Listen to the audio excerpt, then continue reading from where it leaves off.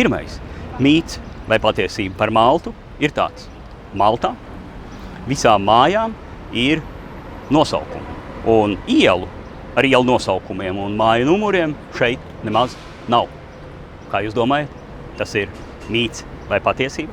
Pirms atbildēt uz šo jautājumu, jāsaka, ka pasaulē ir vietas, kur patiešām nav ielu nosaukumu. Piemēram, Lielbritānijas mazākos ciematiņos, Islandes, Norvēģijas, Fēru salu nomaļās lauku teritorijās. Ir ciematiņi, kuros ielu nosaukumu nemaz nav, bet katrai mājai ir savs nosaukums. Arī Japānā ir specifiska adrešu sistēma.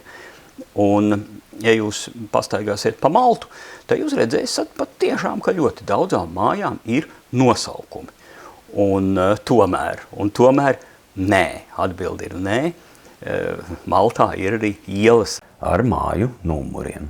Bet tas gan ļoti daudzām mājām ir savu nosaukumi saistīti varbūt ar kādu saimnieku, varbūt ar kādu iepriekšējo īpašnieku, ar īpašnieka profesiju, varbūt ar īpašnieku izcelsmi un tam līdzīgi. Ļoti daudz saistīti ar dažādiem reliģiskiem motīviem, ar varbūt piederību draudzei.